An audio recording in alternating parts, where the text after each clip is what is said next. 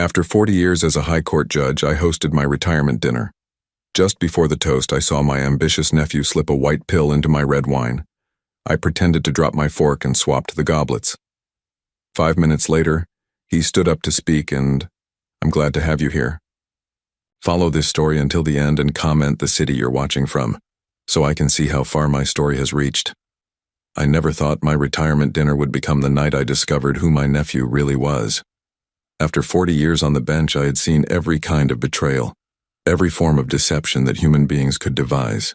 But nothing had prepared me for what I witnessed in those few seconds at Le Bernardin that Thursday evening. The restaurant buzzed with quiet conversation and the gentle clink of crystal glasses. 68 guests had gathered to celebrate my 4 decades as a judge in the county courthouse. Colleagues, fellow attorneys, court clerks, and family members filled the elegant dining room. Candles flickered on each table, casting warm shadows across the mahogany paneling that reminded me so much of my own library at home.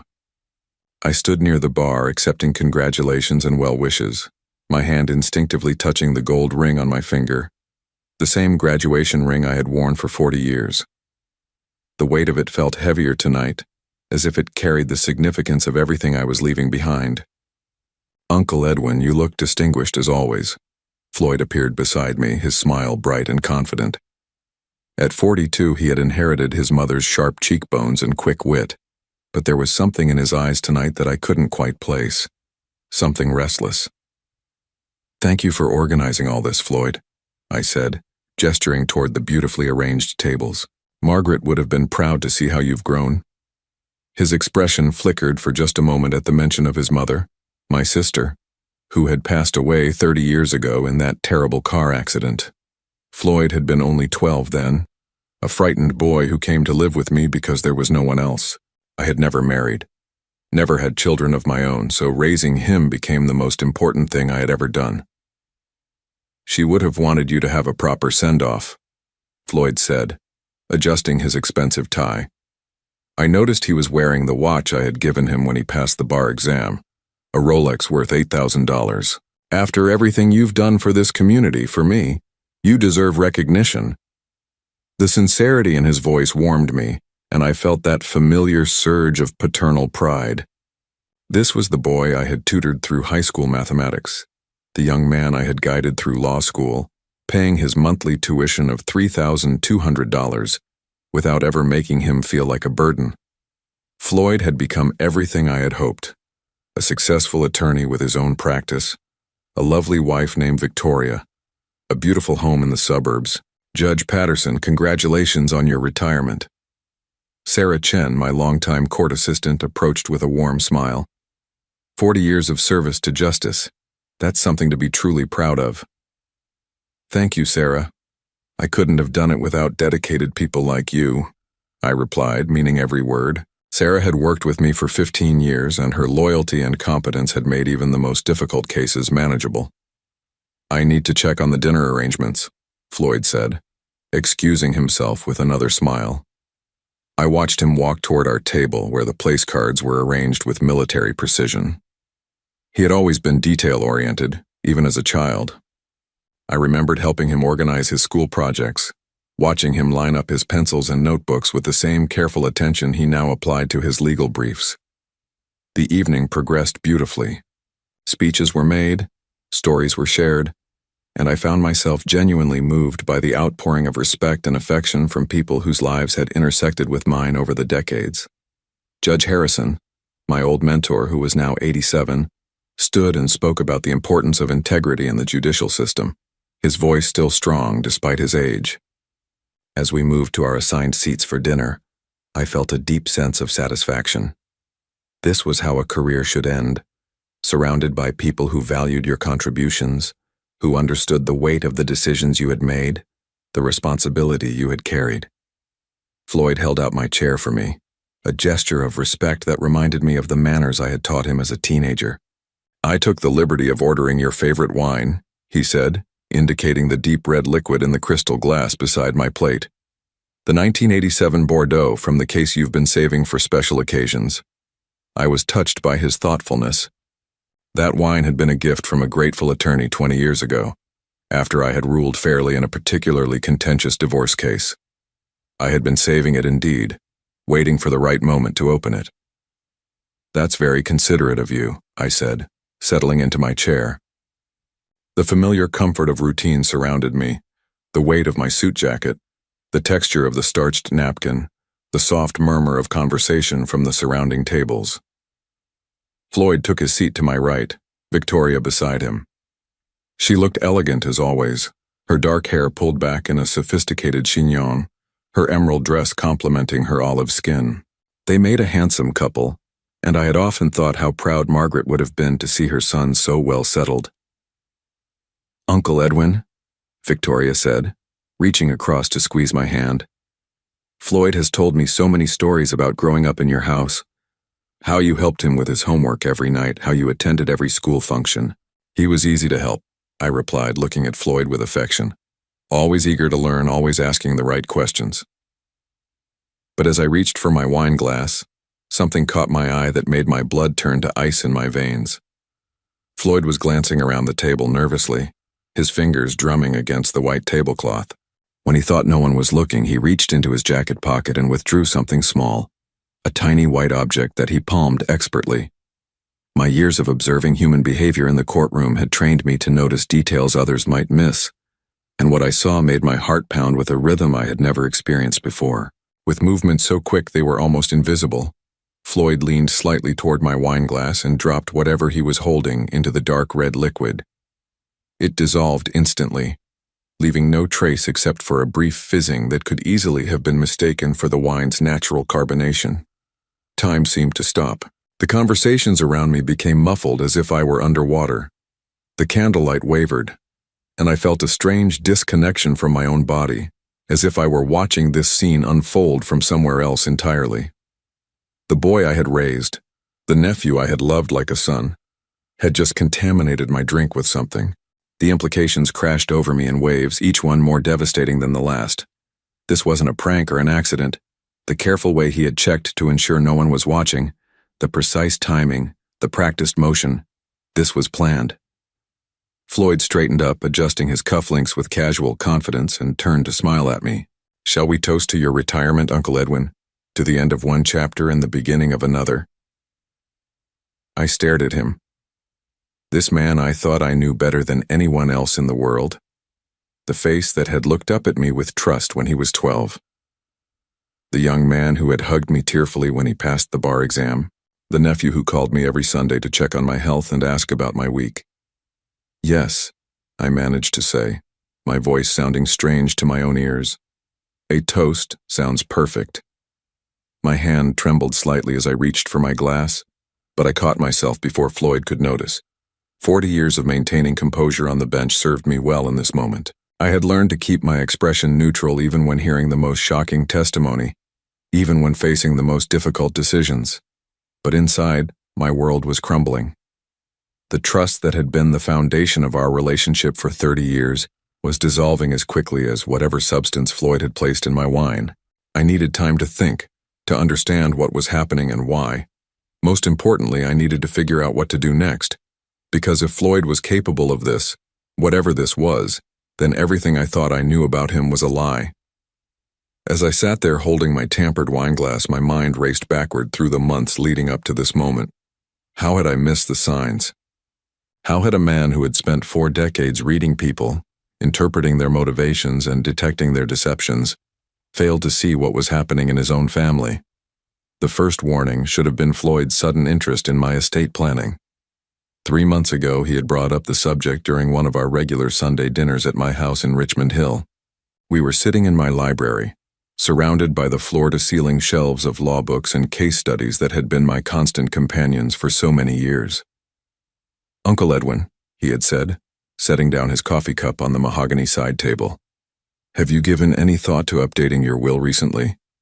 I remember being slightly surprised by the question. "My will is current, Floyd. Why do you ask?" "Well, tax laws change.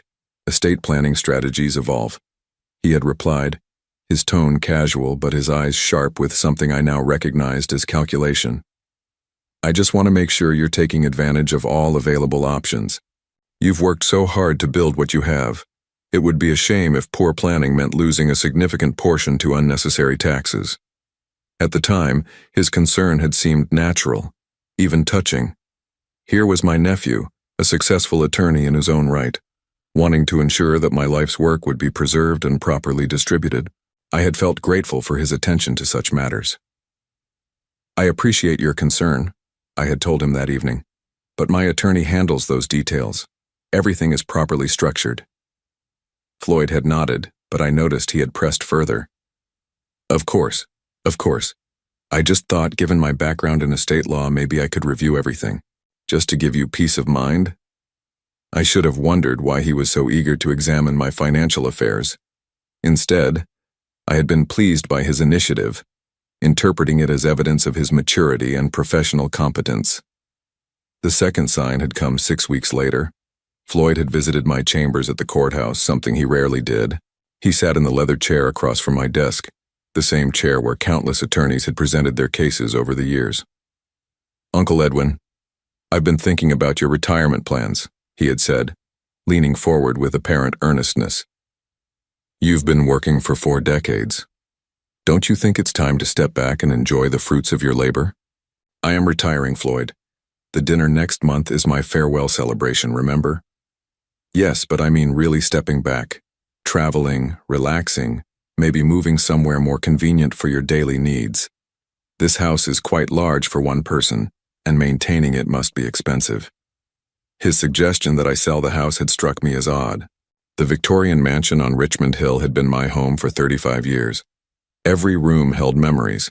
Every piece of furniture had been carefully chosen. The idea of leaving it had never occurred to me. "I love that house, Floyd. It's where you grew up, where we shared so many important moments. Why would I want to leave it?" Floyd had shifted in his chair, and for just a moment his mask of concern had slipped.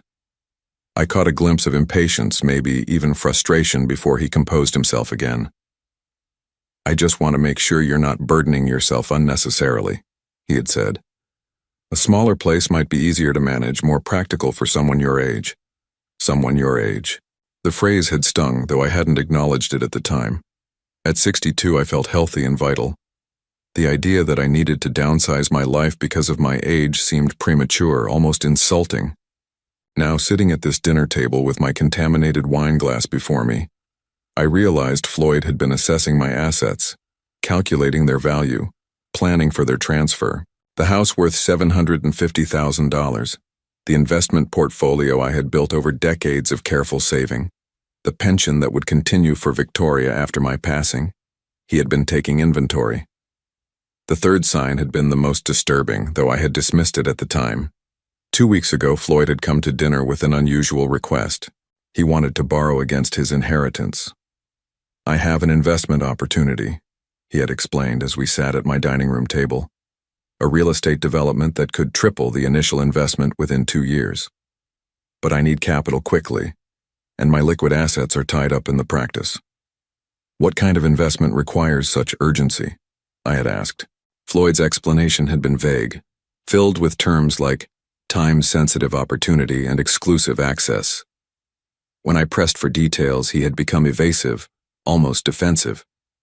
"I understand you need to be careful, Uncle Edwin. Your judicial training makes you naturally skeptical, but this is a sure thing and the returns would benefit both of us in the long run." When I had declined to provide the money, suggesting instead that he wait and use traditional financing, Floyd's reaction had been telling. The disappointment in his eyes was sharp, almost bitter. For a moment, he had looked at me as if I were an obstacle to be overcome rather than a family member who cared about his well-being. "Of course," he had said, recovering quickly. "You're right to be cautious. I'll find another way." But I could see the wheels turning in his mind, and now I understood what he had been planning. The fourth and most damning sign had come just last week. Victoria had called me, her voice strained with worry. "Uncle Edwin, I need to ask you something, and I hope you won't think I'm betraying Floyd's confidence." "What is it, dear?" "He's been acting strangely lately, staying up late, making phone calls he won't discuss, researching things on his computer that he quickly closes when I walk into the room." My heart had clenched with concern. "Have you asked him about it?"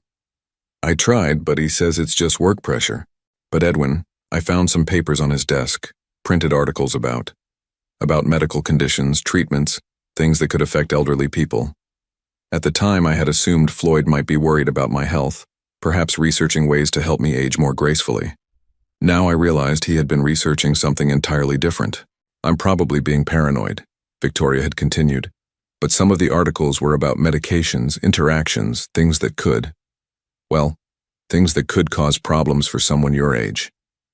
I had reassured her that Floyd was probably just being overly cautious about my well-being, but her call had planted a seed of unease that I had tried to ignore. Now, as I sat at this elegant table surrounded by people celebrating my career, that seed had grown into a terrible understanding. Floyd hadn't been researching ways to protect my health. He had been researching ways to compromise it. The boy I had raised from age 12, who had slept in the bedroom down the hall from mine for 6 years, who had sat at my kitchen table doing homework while I prepared dinner. This boy had grown into a man capable of something I couldn't even name. I thought about all the sacrifices I had made for him, the vacations I hadn't taken so I could pay his college tuition of $3,200 every month for 4 years, the social events I had skipped to attend his school plays and soccer games, the relationships I had let fade because raising Floyd had become my primary focus. I had given him everything: love, guidance, opportunity, financial support. I had shared my knowledge, my connections, my home. I had been proud when he chose to study law, thrilled when he passed the bar exam, overjoyed when he started his own practice. And this was how he repaid that devotion. The waiter approached our table, beginning to serve the first course, and I realized I had to make a decision. I could confront Floyd here, in front of everyone, creating a scene that would destroy not only him but also the memory of this evening that was meant to celebrate my career. Or I could find another way to handle this situation, a way that would give me time to understand the full extent of his betrayal and plan my response accordingly. I looked at Floyd, who was smiling and chatting with the guests at our table, playing the role of the loving nephew perfectly. His performance was flawless, just as it had been for months while he planned whatever he had put in my wine. But I had learned something in 40 years on the bench that Floyd had apparently forgotten. Justice doesn't always come swiftly, but it always comes eventually. And tonight, it was going to come for him. The weight of knowledge sat heavy in my chest as I contemplated my next move. Around me, the dinner continued with its elegant rhythm. Guests laughing, waiters serving the first course, crystal glasses catching the warm candlelight. But my world had narrowed to the contaminated wine glass sitting inches from my hand, and the nephew who had just revealed his true nature.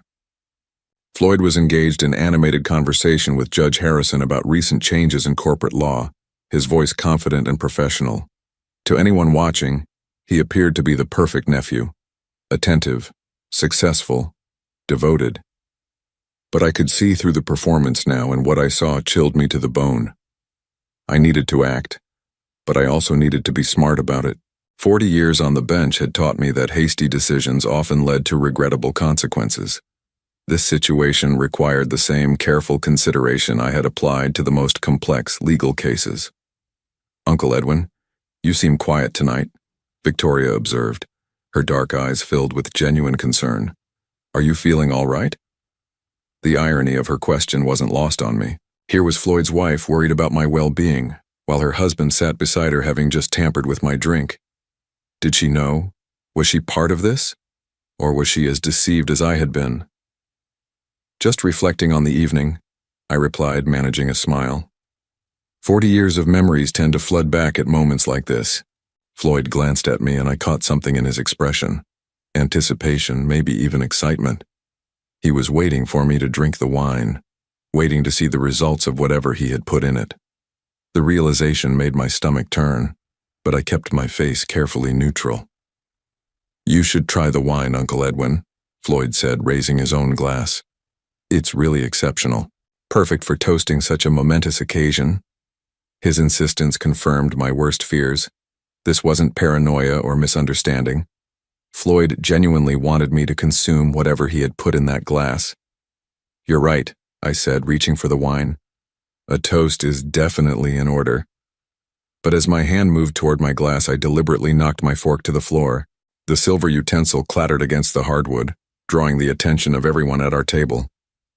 How clumsy of me, I said, bending down to retrieve the fork. In that moment, hidden beneath the white tablecloth, I executed a maneuver that would have impressed any magician. With movements honed by decades of handling evidence in courtrooms, I switched my contaminated wine glass with Floyd's clean one. The exchange took less than 3 seconds, invisible to everyone above the table. When I straightened up, fork in hand, my heart was pounding but my expression remained calm. Years of maintaining judicial composure under pressure served me well. I had learned to hide my reactions when hearing shocking testimony, when facing attempts at intimidation, when making decisions that would alter people's lives forever. I should ask for a clean fork, I said to the waiter, who immediately provided one. Floyd was watching me with barely concealed impatience. Now about that toast, he said, lifting what he believed was his own glass but was actually mine, the one that had originally contained whatever substance he had added. Absolutely, I replied, raising what had been his glass, the clean one. The twisted justice of the situation wasn't lost on me. For 30 years I had taught Floyd about right and wrong, about consequences and accountability. Now he was about to learn those lessons in the most direct way possible.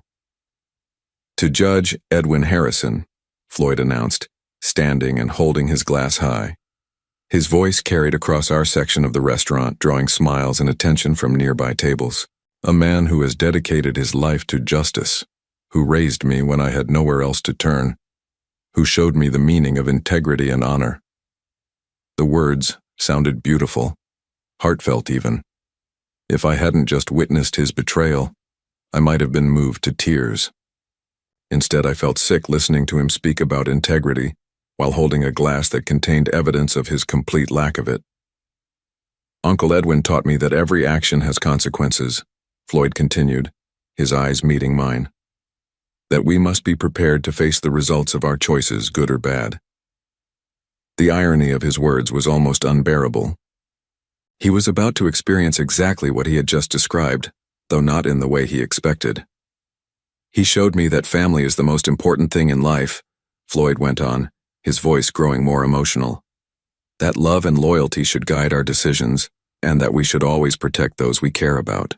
Several guests were dabbing at their eyes now, touched by what they perceived as a nephew's heartfelt tribute to his beloved uncle.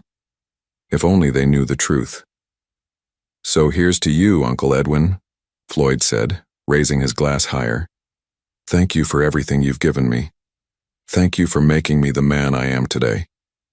The applause that followed was warm and sincere. Guests raised their glasses in solidarity, creating a beautiful tableau of respect and affection.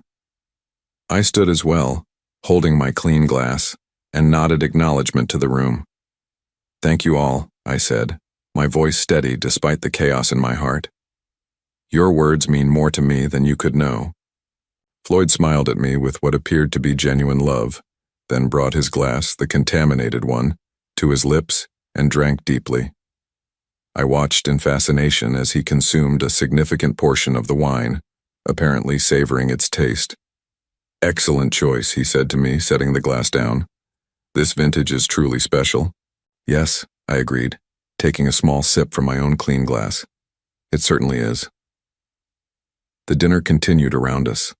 The first course was served, a delicate seafood appetizer that I could barely taste. My attention was entirely focused on Floyd, watching for any signs that whatever he had put in the wine was beginning to affect him. Initially, nothing seemed different. Floyd continued his conversations, charming the other guests with stories about his legal practice and asking thoughtful questions about their own careers.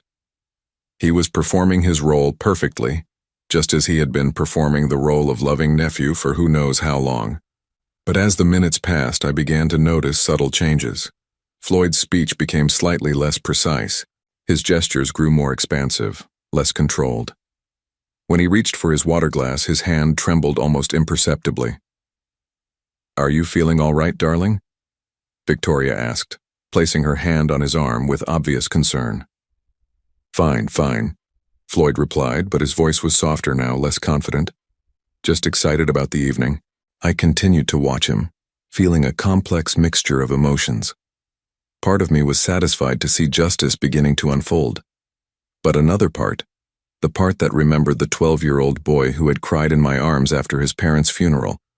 Felt a deep sadness at what Floyd had become. 20 minutes after the toast, Floyd excused himself to use the restroom. I watched him walk across the restaurant, noting the slight unsteadiness in his gait that wasn't quite noticeable, unless you knew what to look for. When he returned 5 minutes later, his face was pale, and there was a sheen of perspiration on his forehead despite the comfortable temperature in the restaurant. "Floyd, you don't look well," Judge Harrison observed with the sharp eyes of a man who had spent decades reading people.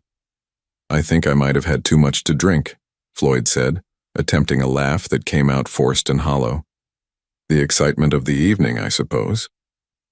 But I could see the confusion in his eyes, the growing realization that something was very wrong. He looked at his wine glass, then at me, and for a moment I saw a flicker of understanding cross his features. "Uncle Edwin," he said slowly, his voice taking on an edge of suspicion, "didn't you drop your fork earlier?" "Yes," I replied calmly, meeting his gaze directly. "Clumsy of me, wasn't it?"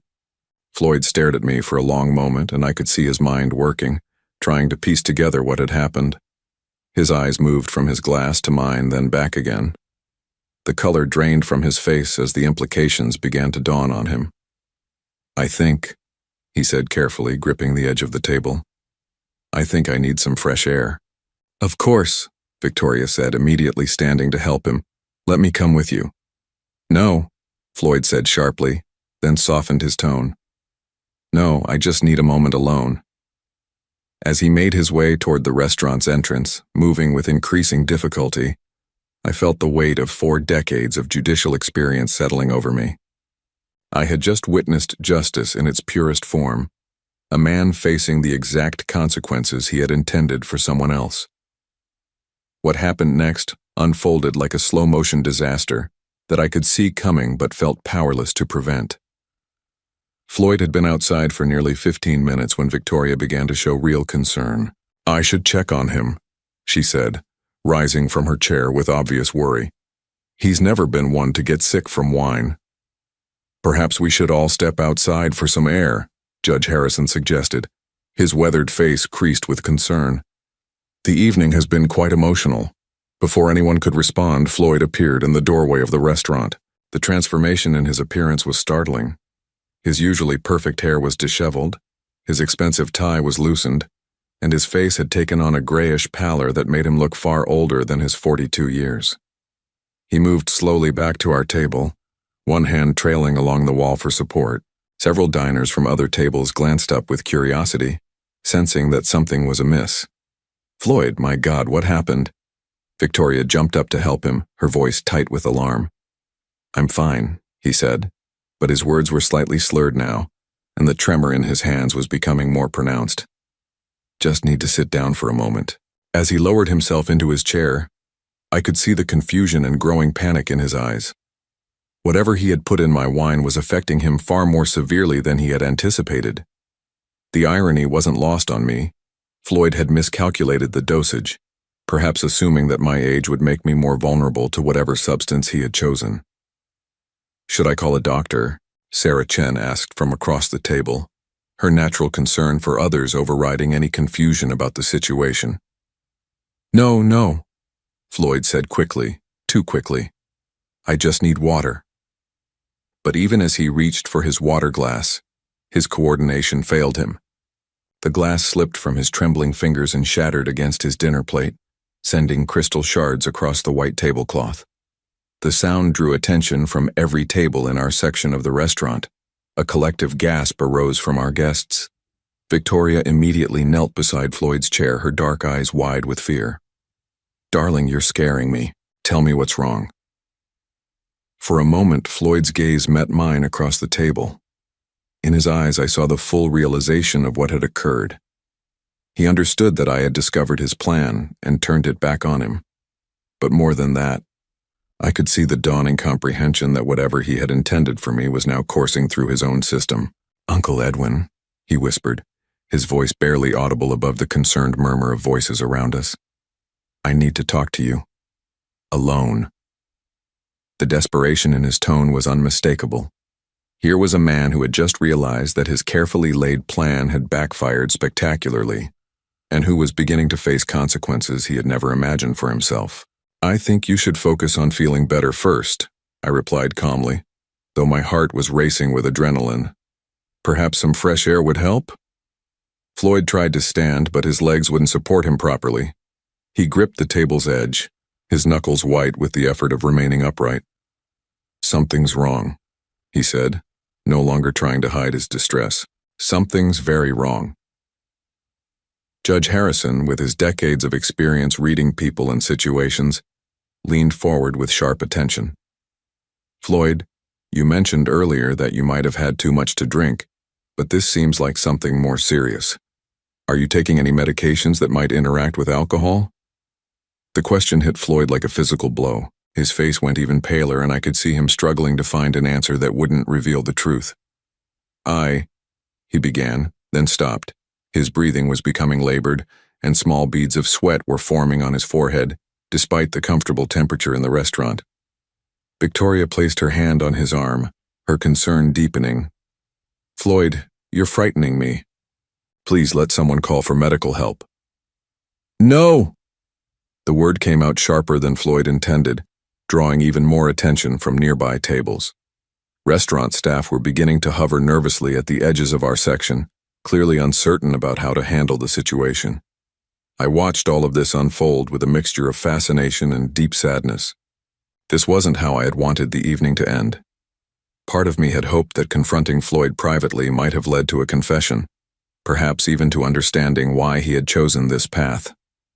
Instead, his plan had collapsed publicly, in front of 68 people who had gathered to celebrate my career. "Floyd," I said quietly, leaning toward him, "perhaps you should tell us exactly what you think might be causing this reaction. It might help if medical professionals know what they're dealing with." His eyes widened at the implication of my words. I was offering him a chance to confess, to explain what he had put in the wine so that appropriate help could be provided. But confession would mean admitting to everyone present what he had attempted to do to me. I can't. Floyd struggled with the words, his moral cowardice warring with his growing physical distress. That's when Judge Harrison demonstrated why he had been such a respected jurist for over 50 years. With the sharp instincts that had made him legendary in the legal community, he looked from Floyd to me, then back to Floyd, and I could see understanding dawning in his wise old eyes. "Young man," Judge Harrison said in the authoritative tone that had commanded respect in courtrooms for decades, "I suggest you tell us immediately what substance you've ingested, because your condition appears to be deteriorating rapidly." The directness of the question coming from such a respected figure seemed to break something inside Floyd. His carefully constructed facade finally crumbled completely. "I didn't mean for this to happen," he said, his voice cracking with desperation. "It was supposed to be. It wasn't supposed to affect me." A shocked silence fell over our table. Victoria stared at her husband with growing horror, beginning to piece together the implications of his words. "What wasn't supposed to affect you?" she asked, her voice barely above a whisper. Floyd looked around the table at all the faces staring at him, people who had known him for years, who had watched him grow up, who had celebrated his achievements and considered him family. The weight of their scrutiny seemed to crush him. "The wine," he finally admitted, the words tumbling out in a rush. "I put something in Uncle Edwin's wine, but he switched the glasses when he dropped his fork. I drank it instead." The collective intake of breath from our table was audible even over the restaurant's ambient noise. Victoria's hand flew to her mouth, her face going pale with shock. Sarah Chen sat back in her chair as if she'd been struck. Judge Harrison's expression hardened into the stern mask he had worn when pronouncing sentences on convicted criminals. "You did what?" Victoria's voice was high and strained, hardly recognizable. But before Floyd could answer, his condition worsened dramatically. His breathing became rapid and shallow. His hands began to shake uncontrollably and his eyes lost their focus. "Call 911. Judge Harrison commanded with the authority of a man accustomed to being obeyed immediately. As chaos erupted around our table, Victoria crying, guests pulling out their phones, restaurant staff rushing to help, I found myself strangely calm. After 40 years of dealing with crises in the courtroom, I had learned to remain steady when others panicked, but as I watched Floyd struggling with the consequences of his own actions, I felt no satisfaction, no sense of victory. Instead, I felt the profound sadness of a man who had just watched someone he loved destroy himself. The boy I had raised, the nephew I had cherished, had revealed himself to be someone I didn't recognize. And now he was facing the exact fate he had planned for me, learning too late that some actions can never be undone. The hospital waiting room felt sterile and cold, a stark contrast to the warm elegance of Le Bernardin, where this nightmare had begun just 4 hours earlier. I sat in one of the uncomfortable plastic chairs, still wearing my retirement dinner suit, watching the controlled chaos of Mount Sinai's emergency department through glass doors that swooshed open and closed with mechanical precision. Victoria sat across from me, her elegant emerald dress now wrinkled and stained with tears. She hadn't spoken to me directly since Floyd's confession at the restaurant, but I could feel her staring at me with a mixture of confusion, anger, and desperate need for answers. Judge Harrison had insisted on coming with us, his 87-year-old frame moving with surprising agility as he navigated the hospital corridors. Sarah Chen had stayed behind to explain the situation to our dinner guests and handle the aftermath of what would undoubtedly become the most talked-about retirement party in the county's legal community. The paramedics had arrived within 8 minutes of our call, professional and efficient as they assessed Floyd's condition. I had watched them work, answering their questions about his symptoms with clinical detachment, while inside I wrestled with emotions I couldn't fully identify. "Mr. Holloway?" A young doctor in blue scrubs emerged from the treatment area, clipboard in hand. Dr. Martinez, according to his name tag, looked tired but alert. "Your nephew is stable now. We've administered treatment to counteract the substance in his system." Victoria jumped up immediately. "Can I see him?" "In a few minutes. We need to keep monitoring him, but the worst has passed." Dr. Martinez turned to me. "The police would like to speak with you about what happened." I nodded, having expected this. Of course. Detective Roberts was a woman in her 40s with sharp eyes and graying hair pulled back in a practical ponytail. She had the kind of direct manner that came from years of dealing with people in crisis. "Judge Holloway, I understand there was an incident this evening involving your nephew and some kind of substance added to alcoholic beverages." "That's correct," I replied, settling into the conference room chair she had indicated. "Floyd admitted to tampering with my wine glass. When I accidentally switched our glasses, he consumed whatever he had put in mine." Detective Roberts made notes as I spoke.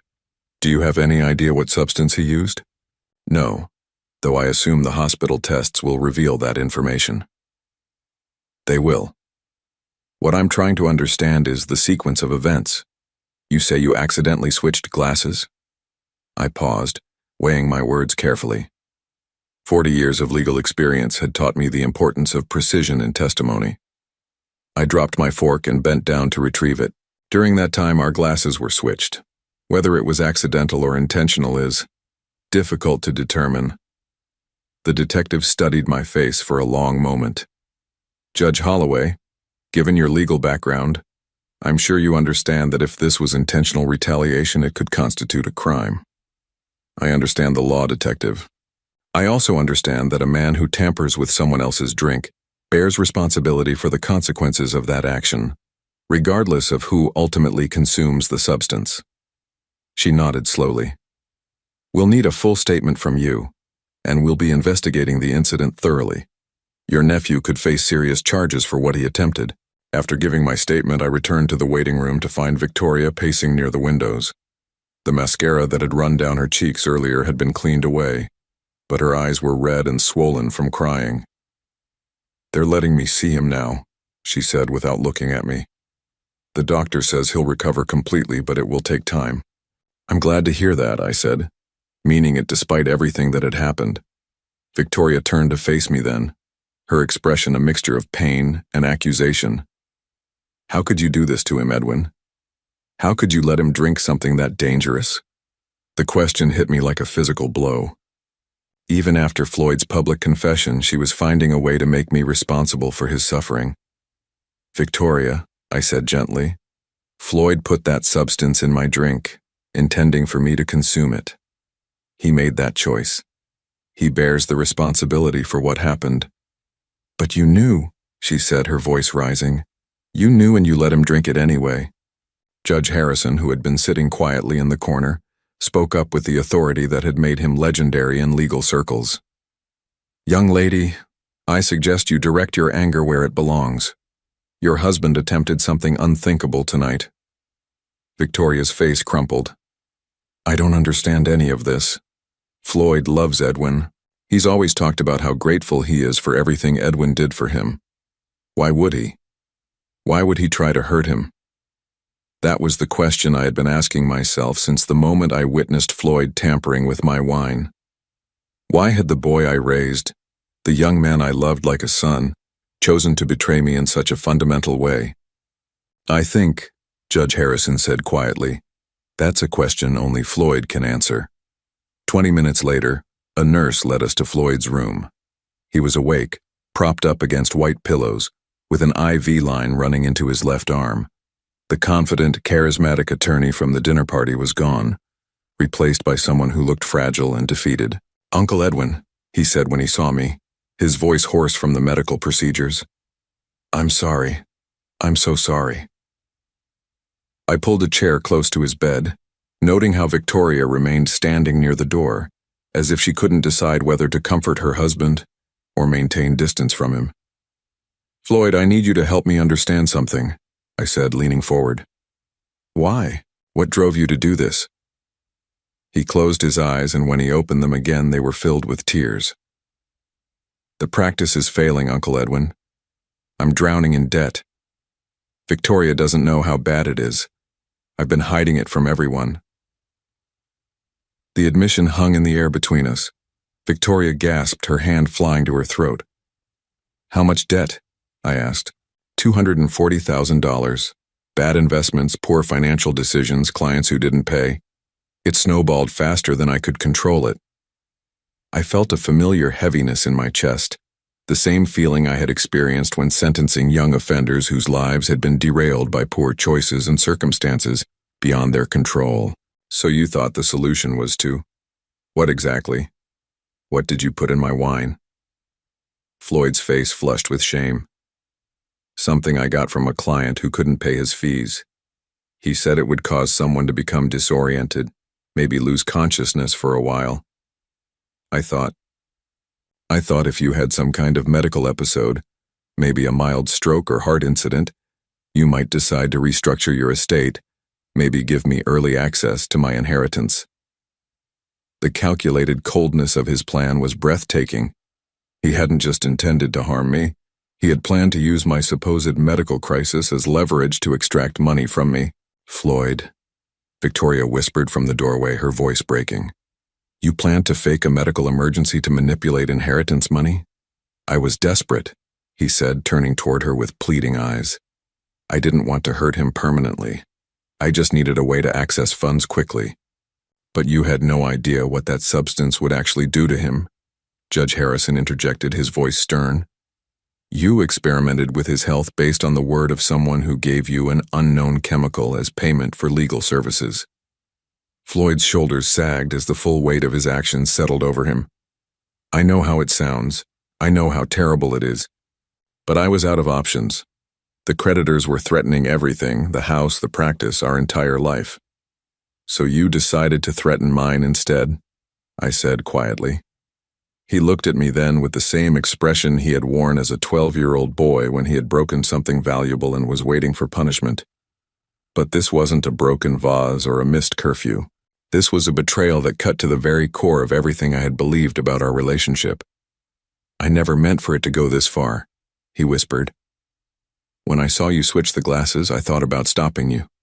But I was too afraid of what would happen if you found out what I had done. So you drank it yourself and hoped for the best? I panicked. I didn't know what else to do. Victoria moved closer to the bed, her face a mask of devastation. Floyd, you've destroyed everything. Our marriage, your relationship with Edwin, your career. How could you think this was the answer? Because I was a coward, Floyd said simply. I was too proud to ask for help, too ashamed to admit I had failed, too weak to face the consequences of my mistakes. I sat back in my chair, processing everything he had told me. The boy I had raised with such care and attention had grown into a man capable of elaborate deception and calculated harm. But more than that, he had become someone who would rather risk destroying the people he claimed to love than admit his failures and ask for help. "What happens now?" Victoria asked, looking between Floyd and me. "Now," I said, standing up slowly. "Floyd faces the consequences of his choices. The police are investigating and there will likely be criminal charges. Beyond that," I paused, meeting Floyd's eyes directly. "Beyond that, our relationship as we've known it is over." Floyd's face crumpled, but he didn't protest. He knew, as I did, that some betrayals are too fundamental to overcome, some trust too shattered to rebuild. As I walked toward the door, I heard him call my name one last time. "Uncle Edwin?" I turned back, giving him one final look. "I really am sorry," he said, his voice breaking. "I know you are, Floyd, but sorry doesn't change what you were willing to do." And with that, I walked out of the room, leaving behind 30 years of fatherhood and facing an uncertain future without the family I thought I had. A few months had passed since that terrible night at Le Bernardin, and I was finally beginning to understand what peace felt like. I stood on the deck of my new home in Asheville, North Carolina, watching the morning mist rise from the Blue Ridge Mountains, a cup of coffee warming my hands as the autumn air carried the scent of pine and distant wood smoke. The house was smaller than my Victorian mansion in Richmond Hill, a modest 3-bedroom cabin that I had purchased for $275,000. It sat on 5 acres of wooded land, far enough from the city to provide solitude but close enough to the town center that I could walk to the library, the courthouse where I occasionally volunteered, and the small cafe where I had become a regular. Moving here hadn't been an easy decision.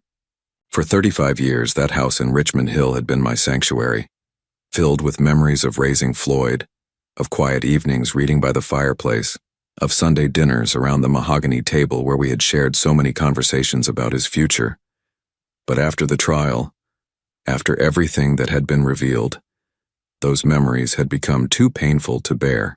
Floyd had been sentenced to 2 years in prison for assault with a dangerous substance. The trial had been swift and decisive. His confession at the restaurant, witnessed by dozens of respected members of the legal community, had made defending his actions impossible. His law practice had collapsed within weeks of his arrest, and Victoria had filed for divorce before the trial even began. I had attended the sentencing, sitting in the gallery as Floyd stood before Judge Martinez, a woman I had mentored early in her career. When she asked if I wanted to make a victim impact statement, I had declined. There was nothing I could say that would capture the depth of the betrayal, nothing that would help him or anyone else understand the complexity of my feelings. The house sale had taken 3 months to finalize. I had sold it to a young family with 2 children, and seeing their excitement as they explored the rooms where Floyd had grown up had brought me both sadness and a strange sense of closure. Perhaps those walls would witness happier times, healthier relationships, children who would grow up to honor rather than exploit the love given to them. I had kept very little from my old life. Most of the furniture had been sold or donated. The law books went to the county law library.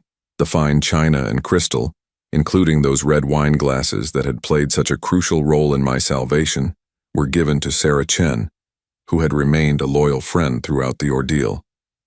But I had kept a few things. The photograph of my sister Margaret, Floyd's mother, still sat on my bedside table. The carving set my father had given me when I graduated from law school remained in my kitchen drawer. And my judicial robes hung in the closet, not because I planned to wear them again, but because they represented 40 years of service I was proud of, regardless of how that service had ended. The money from the house sale, combined with my retirement savings, had given me more financial security than I had ever expected to have. My pension provided $1,800 per month, which was more than sufficient for my simple lifestyle. I had even been able to establish a scholarship fund at the law school, the Margaret Holloway Memorial Scholarship, named after my sister, designed to help students from disadvantaged backgrounds pursue legal careers. My days now followed a peaceful routine that would have seemed impossible during my years on the bench. I woke with the sunrise, made coffee, and spent an hour reading on the deck while listening to birdsong and the distant sound of a creek that ran through my property. After breakfast, I would take long walks through the mountain trails, sometimes hiking for hours without seeing another person. 3 days a week, I volunteered at the county courthouse, helping people navigate the legal system without representation. The work reminded me why I had chosen law in the first place, not for prestige or power, but to help people find justice and resolution in their struggles. I had made new friends as well. Tom and Helen Richardson, a retired couple who lived 2 miles down the mountain road, had invited me to their weekly bridge game. Martha Webb, the librarian in town, had recruited me to help with the legal clinic she ran for low-income residents every Saturday morning. Dr. Patricia Hayes, who had her practice in town, had become a hiking companion and, slowly, something more than just a friend. Patricia was 60 years old, a widow whose husband had passed away 5 years earlier from cancer. She was intelligent, kind, and had a quiet strength that reminded me of my sister Margaret. We had met at the farmer's market, where she was buying vegetables for what she later told me was a disastrous attempt at making vegetable soup. I had offered to share my own recipe, which had led to dinner at my house, which had led to many more dinners and long conversations about life, loss, and the possibility of new beginnings. "You seem lighter," she had told me one evening as we sat by my fireplace, watching the flames dance against the stone hearth I had built myself during my first month in the cabin. "Lighter? Like you're carrying less weight. When I first met you, there was something heavy in your expression, something you were always thinking about. It's gone now." She was right. The burden of responsibility I had carried for Floyd's well-being, the constant worry about his choices and his future, the guilt over whatever mistakes I might have made in raising him, all of that had finally lifted. I was no longer responsible for anyone's life but my own, and that freedom was both terrifying and liberating. I had received one letter from Floyd during his incarceration. It had arrived 3 months after the trial, forwarded by my attorney since Floyd didn't have my new address. The letter was 7 pages long, filled with apologies, explanations, and requests for forgiveness. He wrote about his regrets, his plans for rehabilitation, his hopes that we might someday reconcile. I had read it twice, then filed it away without responding. Some bridges once burned cannot be rebuilt. Some trust once broken cannot be repaired. Floyd would have to find his way forward without my guidance or support, just as I was learning to find my way forward without the identity of being his protector and provider. The most surprising aspect of my new life was how little I missed my old one. I had expected to feel lost without the structure and purpose that had defined my existence for so many decades. Instead, I felt discovered, as if I was finally meeting the man I had always been beneath the roles I had played. On this particular morning, as I stood on my deck watching the sunrise paint the mountains in shades of gold and crimson, my phone rang. The caller ID showed Sarah Chen's number. "Good morning, Sarah," I answered, settling into my deck chair. "Judge, Edwin, I hope I'm not calling too early." "Not at all. What can I do for you?" "I wanted to let you know that Floyd was released yesterday. He served 18 months of his sentence and got early release for good behavior." I felt a familiar tightness in my chest, but it passed quickly. "Thank you for letting me know."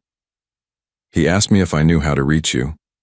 I told him I didn't, and that even if I did, I wouldn't share your information without your permission. You did the right thing. There was a pause. "Edwin, he seemed different, older, quieter. He asked me to tell you that he doesn't expect forgiveness, but that he wanted you to know he's going to try to do better." I closed my eyes, feeling the warmth of the morning sun on my face. "I hope he does, Sarah, for his own sake." After hanging up, I remained on the deck for a long time, processing the news of Floyd's release. I felt no anger, no fear, no desire to reach out to him. I felt only a kind of sad closure, like the end of a book I had been reading for 30 years.